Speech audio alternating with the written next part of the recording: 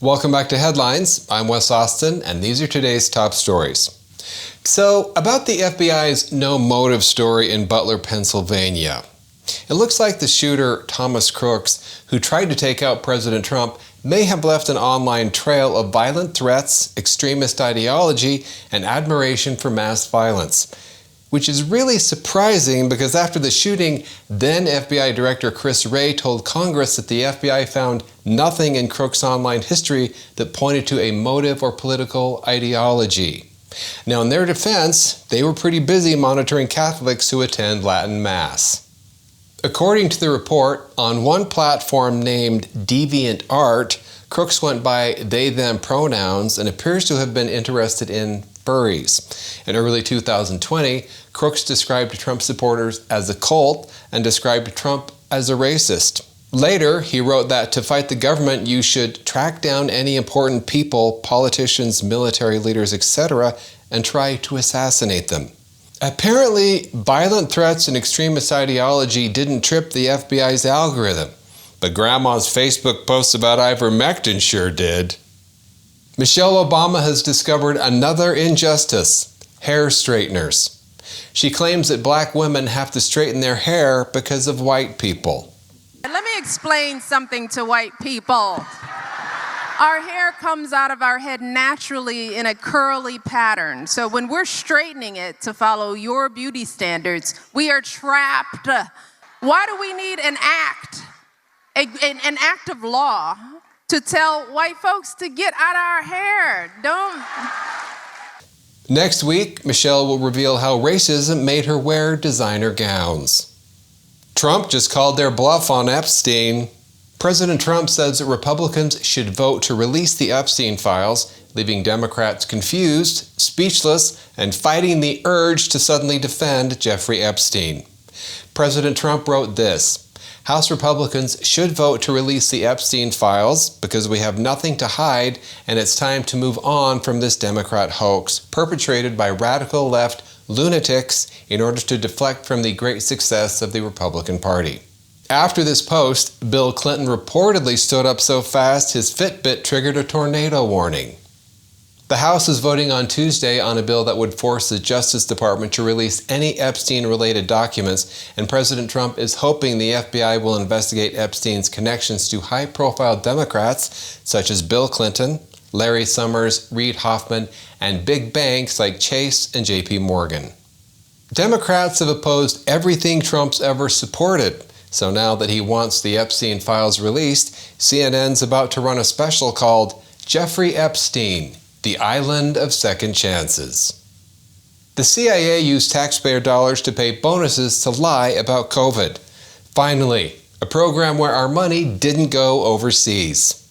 According to Kash Patel, 6 CIA officers were paid off to change their assessments of where COVID-19 came from, and it was done under the direction of a CIA director. Gina Haspel, as director of the CIA, under Trump, authorized 6 case officers and intelligence analysts to be paid off so that they would change their assessment on COVID origination. Correct. To lie to the world where COVID came from because it fit the narrative that Fauci and the media wanted out there, along with Gina Haspel. It's amazing what you can accomplish when your fact checkers accept direct deposit. Congrats to the CIA for proving that China doesn't need to hack us. We can do the lying for them. And now on to the comment section. So the first segment we're looking at is the one about Gavin Newsom going to the climate conference. Good old Gavin. So we have this from Amigo con Tequila. Oh, I'm not really good at Spanish, but I think that means your friend with tequila. Is that right? Okay. I would love to comment, but I can't stop throwing up. And this is from Serena C. Gavin has a resting smug face. So I think what she's saying is that, or he or she's saying is that Gavin went from RBF to RSF. Is that what it was? Yeah, resting smug face. Okay, let's see. Then we have this from Davis in Peru. Whoever taught Newsom sign language did a poor job because he cannot stop using his hands. I think it would be hilarious if they had like a sign language person next to him who was doing it, the sign language, except for they just were trying to mock Gavin's hands at the same time. But I guess the people who needed the sign language would be confused because I'm sure that's not sign language, even in some weird Gavin way. Probably not. Okay, then if you remember on that segment, Gavin Newsom said that the people of California, the Democrats in California is who he's talking about, are going to really lean in to the whole climate situation. And he used that word, lean in, those words, lean in. So we have this from Evan Frazier, I4N. Is he referring to the trank lane? You've probably seen all those videos of some of the homeless people who are on drugs in California where they're not really moving and they're kind of leaning. It's really scary. It looks like some kind of zombie situation. That I've seen so many of those coming out of California where they have that kind of lean. I hadn't heard it referred to as the trank lean until I saw that from Evan, but that's hilarious. Okay, so this is from Griselda, EH. Is this the same climate change conference that chopped down a whole bunch of the rainforest to make a road to the building? And yes, this is the same one. This is actually an article from the BBC. Amazon forest felled to build a road for climate summit. This sounds made up, and it's not. This actually came out in March of 2025. So right after this article came out, I actually did a YouTube short about that story. So I thought we could watch it now, just in case some of you haven't seen it. So this YouTube short was posted, I think it was around March 13th, 2025. So let's check it out. Nothing says saving the planet like bulldozing a rainforest for a climate summit highway.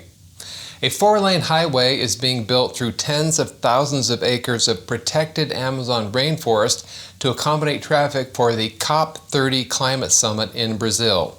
The event, scheduled for November, will host over 50,000 attendees at the official UN climate conference.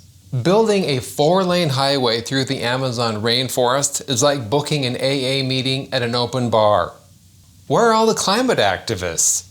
They glue themselves to paintings, but when it comes to stopping an actual rainforest from being bulldozed, suddenly they're out of super glue? John Kerry just pledged to help the situation by personally flying over it 20 times to measure the damage.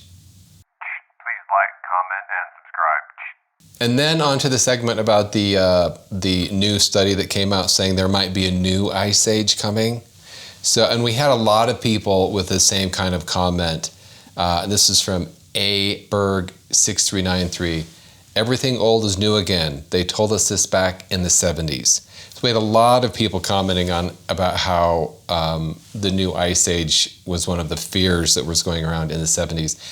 And I did some research on this, and it was hard doing the research with any kind of AI because the AI is so woke and left that it would always say, okay, well, there were some articles about things being cold, but they weren't saying that there might be a new ice age.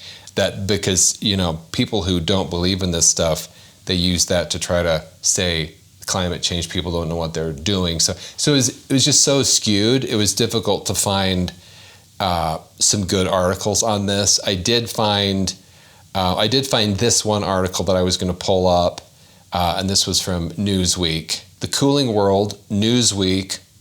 Let's see. And here's actually, I pulled it up so you could see it. This was The Cooling World. And you can see this cool little map that I'm going to put up. The areas of the Earth affected by climatic change, showing you where all these terrible things are going to happen. And you can see the date, Newsweek, April 28th, 1975. And so here are a couple of snippets that were describing this article. So in April 28, 1975, an article in Newsweek magazine was titled "The Cooling World." It pointed to ominous signs that the Earth's weather patterns have begun to change and pointed to a drop of 0.5 degree Fahrenheit in average ground temperatures in the northern hemisphere between 1945 and 1968. The article stated the evidence in support of these predictions of global cooling has now begun to accumulate so massively that meteorologists are hard-pressed to keep up with it.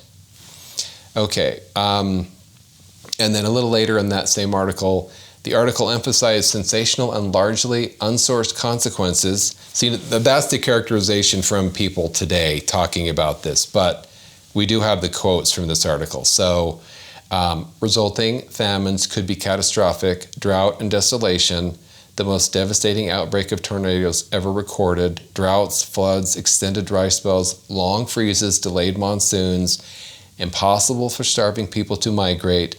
The present decline has taken the planet about 1/6 of the way toward the Ice Age. Thank you for watching Headlines. I'm Wes Austin. Good night. Please like, comment, and subscribe.